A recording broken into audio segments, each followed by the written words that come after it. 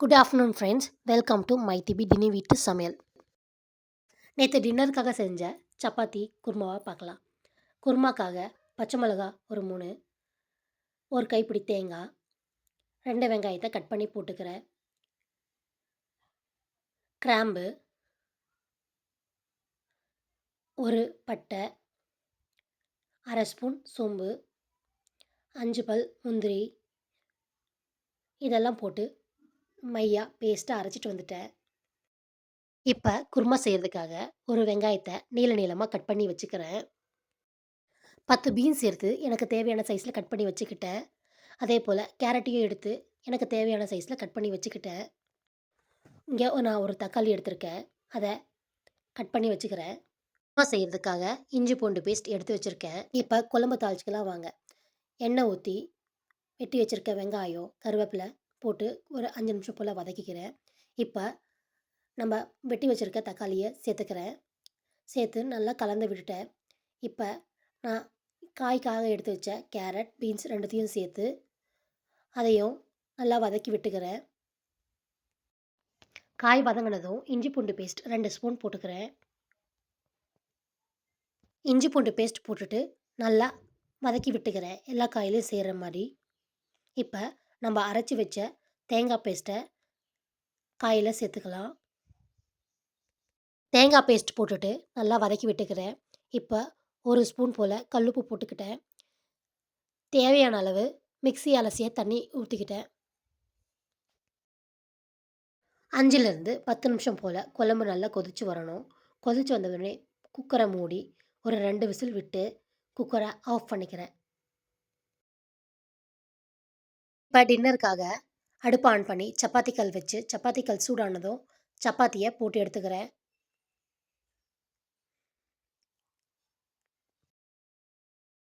Cooker of பண்ணதுலேருந்து case release ஆகிற வரைக்கும் வெயிட் பண்ணிவிட்டு இப்போ குக்கரை ஓப்பன் பண்ணிக்கிறேன். குழம்பு ரெடி ஆகிடுச்சு. உப்பு காரம் எல்லாம் கரெக்டாக இருக்குது.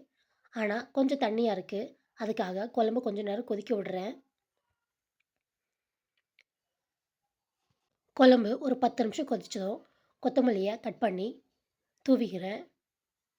ஒரு 5 நிமிஷம் போல் கொதிக்க விட்டுட்டு ஆஃப் பண்ணிக்கிறேன். நைட் டின்னருக்காக சப்பாத்தியும் குருமாவும் ரெடி ஆகிடுச்சு. நெக்ஸ்ட் டே மார்னிங் லஞ்ச் பாக்ஸ்க்காக முருங்கைக்கீரை சாதம் செய்ய போகிறேன். அதுக்காக கடலைப்பருப்பு வதக்கிக்கிறேன். உளுத்தம்பருப்பு அதையும் பொன்னிறமாகற வரைக்கும் வதக்கிக்கிறேன். ஒரு ஸ்பூன் சீரகம், 5-6 மிளகு, ஒரு ஸ்பூன் எள்ளு இதெல்லாம் போட்டு நல்லா கலந்து விட்டுக்கிறேன். இப்போ பூண்டு ஒரு 3 பல்லை எடுத்து நசுக்கி போட்டு அதையும் வதக்கிக்கிறேன். கல்லுப்பு ஒரு 1/2 டீஸ்பூன் சேர்த்துக்கிறேன். 4 காஞ்ச மிளகாவை சிம்மில் வச்சு வறுத்து அதையும் அதில் சேர்த்துக்கிறேன். இப்போ கடாய் வச்சு கடாயில் முருங்கைக்கீரை, கருவேப்பிலை 2ம் சேர்ந்தா போல் ஒரு கைப்பிடி எடுத்து போட்டு நல்லா வதக்கிக்கிறேன். மிக்சியில் அரைச்சி பொடி ரெடி பண்ணி வச்சுக்கிறேன்.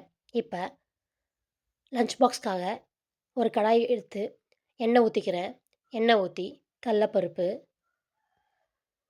கட் பண்ணி வச்சுருக்க பூண்டு,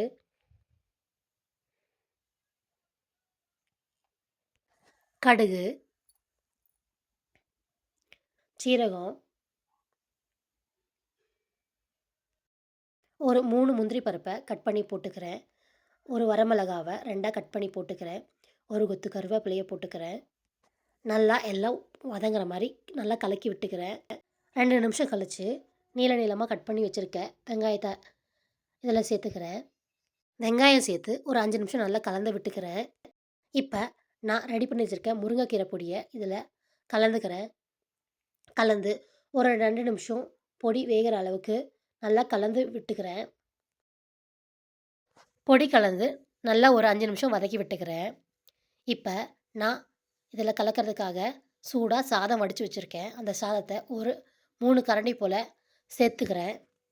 சாதம் சேர்த்த பின்னாடி நல்லா கிளறி விட்டுக்கிறேன். சாதம் எல்லா பொடியில் எல்லா இடத்துலையும் பரவுற மாதிரி கலந்து விட்டுக்கிறேன். இப்போ முருங்கைக்கீரையில் நம்ம செஞ்ச லஞ்ச் பாக்ஸ் ரெடி ஆகிடுச்சு. அதில் ஒரு 2 நிமிஷம் போல் நல்லா கிளறி விட்டுட்டு கொத்தமல்லிய கட் பண்ணி சேர்த்துக்கிறேன்.